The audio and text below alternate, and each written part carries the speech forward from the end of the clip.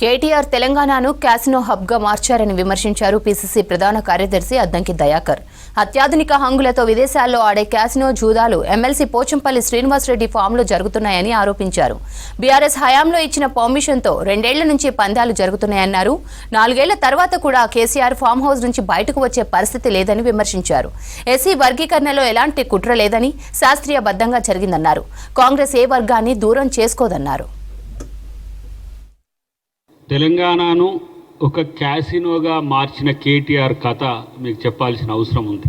పొద్దుగాలు లేస్తే శుద్ధులు చెప్తున్నాడు కేటీఆర్. ఇవాళ తన మిత్రుడు పోచంపల్లి శ్రీనివాసరెడ్డికి సంబంధించిన ఫామ్ హౌస్లో జరుగుతున్న అత్యాధునిక హంగులతో నీకు సింగపూర్లో, గోవాలో, నేపాల్లో, లేకపోతే థాయిలాండ్లో ఇంకేముంటాయి ఇట్లాంటి క్యాసినోలు నడిపి, శ్రీలంక, ఇట్లాంటి వాటిల్లో ఎక్కడ దొరకని కోళ్ళ పందాలు లాంటివి కూడా మీకు పెరుగు కూడా నట ఎక్కడ దొరకని కోళ్ళ పందాలు కూడా మీకు ఇక్కడ అత్యధిక సంఖ్యలో పాల్గొనడానికి చౌక ధరలో దొరకబడుతుంది. అది మిత్రుని ఫామ్ హౌస్లో.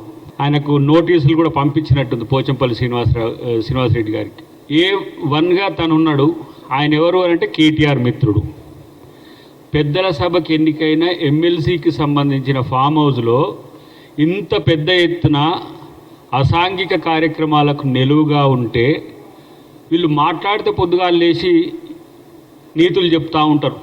కేటీఆర్, హరీష్ రావు, ఇక అప్పుడప్పుడు ఆయన ఆ గూట్లకెళ్ళి బయటికి వెళ్ళి కేసీఆర్కు చిలుక పలుకులు పలికి చీకట్లో ఒకసారి, మధ్యాహ్నం ఒకసారి, మార్నింగ్ ఒకసారి పలికిపోతుంటారు.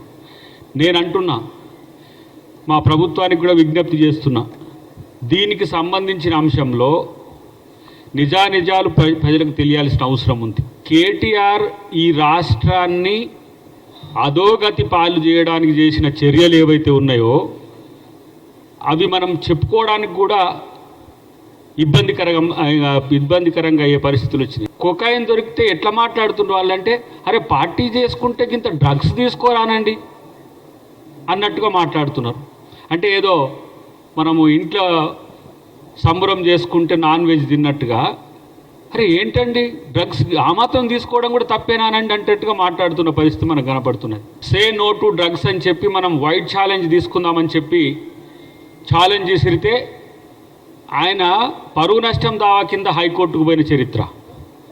ఎట్లా నేను డ్రగ్స్ తీసుకున్నా అని చెప్పి ప్రచారం చేస్తున్నారు, నా పరువు పోతున్నదని చెప్పి హైకోర్టుకు పోయి స్టే తెచ్చుకున్న పరిస్థితి ఉన్నది. ఆయన ఏసీబీకే టెస్ట్ చేస్తుంటాడు, మీరు కరెక్ట్గా ఉన్నారా లేరా అని.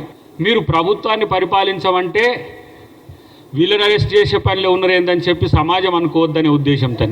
కానీ వీళ్ళ నలుగురు కోసం పోరాడుతున్నారు తప్పితే ప్రజల కోసం పోరాడే దరిద్రులే కాదు వీళ్ళు. సారా అమ్మి బయటకు వచ్చి, జైలు నుంచి బయటకు వచ్చి చెయ్యి తెలంగాణ అని అలా చెల్లి అంటది.